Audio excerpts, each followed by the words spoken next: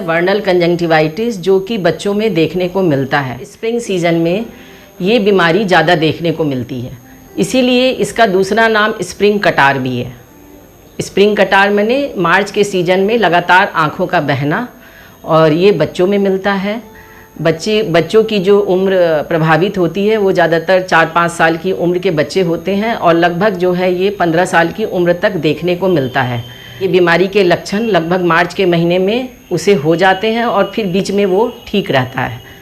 तो इसमें माता पिता ज़्यादातर इस बात को लेकर चिंतित रहते हैं कि हमारे बच्चे का क्या होगा। हर साल मार्च के महीने में इतनी ज़्यादा आंखें लाल हो रही हैं और आँख से लगातार पानी बह रहा है, आँख में चुभन है, और इसके अलावे कंजंक्टाइवा में छोटे छोटे दाने बन जाते हैं जिसे हम बोलते हैं पैपिली।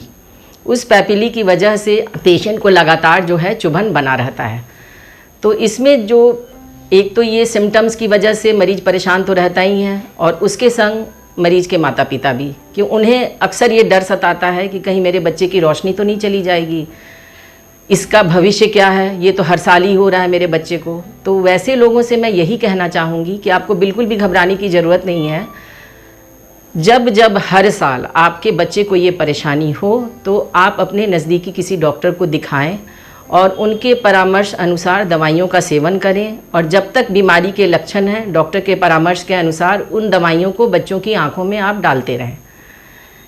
दवाई से ऐसा होगा कि आपका वो जो समर सीज़न है, जो गर्मी का मौसम है, वो आपका निकल जाएगा। और जैसा कि मैंने कहा कि जाड़े में इस बीमारी के लक्षण कम हो जाते हैं, लेकिन इस बीमारी में अक्सर ऐसा होता है कि हर साल ये बीमारी आपके बच्चे को होगी। तो यदि हर साल होती है तो हर साल फिर आपको यही प्रक्रिया दोहरानी है।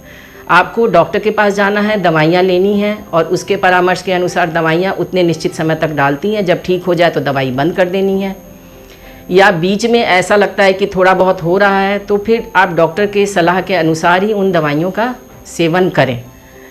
अपने हिसाब से आप किसी भी मेडिकल से स्टेरॉयड, हाई पोटेंसी के स्टेरॉयड आई ड्रॉप लेकर बिल्कुल न डालें, क्योंकि इसमें ज़्यादातर जो डॉक्टर्स प्रिस्क्राइब करते हैं उसमें कई बार डॉक्टर लो स्टेरॉयड भी लिखते हैं। तो यदि लो स्टेरॉयड वो लिख रहे हैं तो उसका तो उतना साइड इफ़ेक्ट नहीं है, लेकिन जो आप मेडिकल में जाकर जो हाई पोटेंसी के स्टेरॉयड आई ड्रॉप यूज़ करते हैं उसका साइड इफ़ेक्ट बहुत है।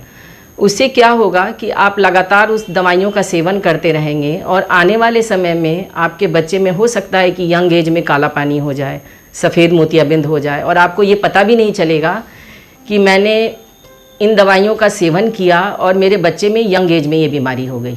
तो मेरी सलाह यही है कि जब ये बीमारी आपके बच्चे को हो, स्प्रिंग कटार, तो आप डॉक्टर्स की सलाह से ही दवाई लें, और क्योंकि डॉक्टर जब दवाई देगा तो वो सोच समझ के देगा। ये दवाइयाँ जो दी जाती हैं वो एक सीमित समय तक दी जाती हैं, उसके बाद फिर बंद कर देते हैं। और कभी ऐसा लगा कि नहीं, जाड़े में भी थोड़ी बहुत लाली हो रही है, तो इसी में से जो हल्की दवाई है वो डॉक्टर आपको देगा।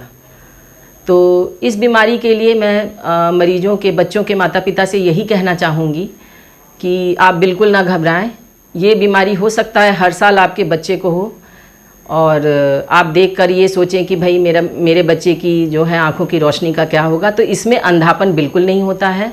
ये आपका बच्चा जो है हर साल इस मौसम में परेशान ज़रूर रहेगा, लेकिन जब ये बड़ा हो जाएगा 15-16 साल का, तो बॉडी में इम्यून सिस्टम में कुछ चेंजेज आते हैं, जिसके बाद ये बीमारी जो है 100 में 90 बच्चों की ख़त्म हो जाती है। मतलब 90% बच्चे जो है ऑटोमेटिक क्योर हो जाते हैं।